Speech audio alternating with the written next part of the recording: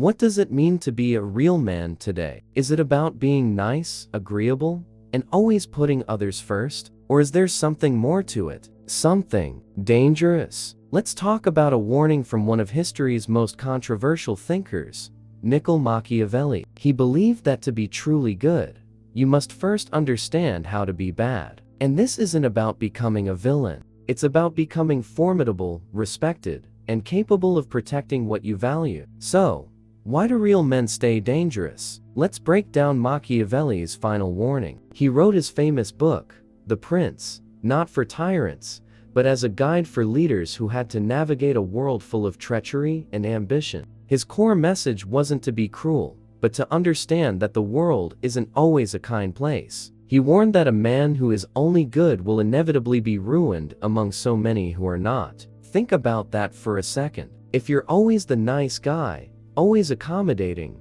what happens when you encounter someone who isn't? Someone who wants to take advantage of you, your family, or your business. If your only tool is niceness, you're left defenseless. Being dangerous in this context isn't about physical violence. It's about having a spine. It's about being strategically intelligent, having psychological fortitude, and possessing the courage to set and enforce boundaries. It's the quiet confidence that says, I prefer peace, but don't mistake my kindness for weakness. Machiavelli observed that men who are feared are often more respected and secure than men who are merely loved. Love is a fragile bond, easily broken when it's inconvenient. Fear, or rather a deep respect for your capabilities, is a much stronger deterrent. People are less likely to cross someone they know is capable of standing their ground. This isn't about intimidating everyone you meet. It's about earning respect through competence and a clear demonstration that you will not be a pushover. Imagine a lion. A lion isn't evil. It doesn't go around looking for trouble. But every creature in the jungle understands its power. The lion is respected not because it's aggressive,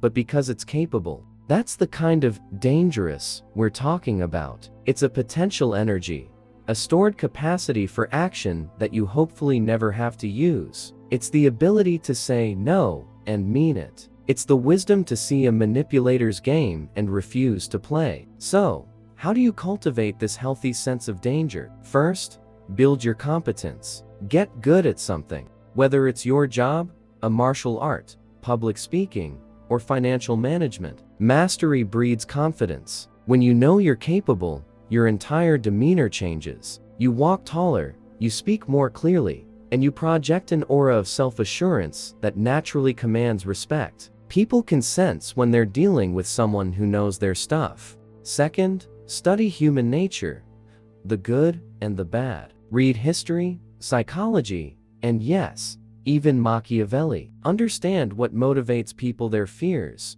their desires, their vanities. This isn't for manipulation, but for protection. When you understand how a con artist operates, you can spot one from a mile away. When you understand the dynamics of power, you won't be so easily intimidated or controlled. You become a better judge of character, able to surround yourself with trustworthy allies. Third, learn to be comfortable with conflict. So many of us are taught to avoid confrontation at all costs, but sometimes, conflict is necessary to protect your integrity and your values. This doesn't mean picking fights. It means learning to have difficult conversations calmly and directly. It's about stating your position clearly and holding your ground when challenged. Practice setting small boundaries in your daily life. It's a muscle that gets stronger with use. Think of it like this. A surgeon has to be dangerous. They wield sharp scalpels and make life or death decisions. But they use that dangerous knowledge to heal, not to harm. Their skill is a force for good.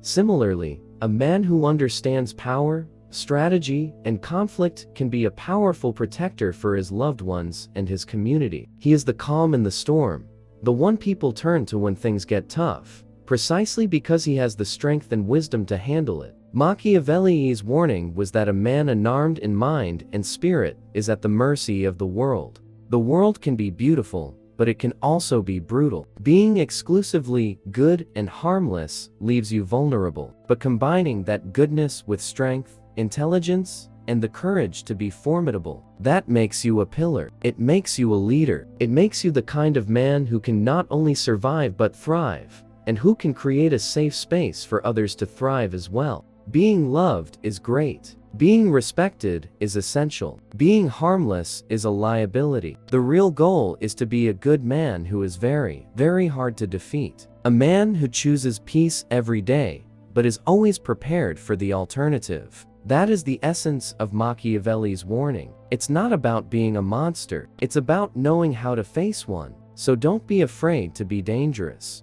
Cultivate your strength, sharpen your mind, and build your resolve. Be the kind of man who chooses to be a warrior in a garden, not a gardener in a war. Be kind, be honorable, but never, ever be harmless. That's the real path to becoming the man you were meant to be. Thanks for watching. If this idea resonated with you, hit that like button and subscribe for more content that challenges the way we think. Let me know your thoughts in the comments below. See you in the next one.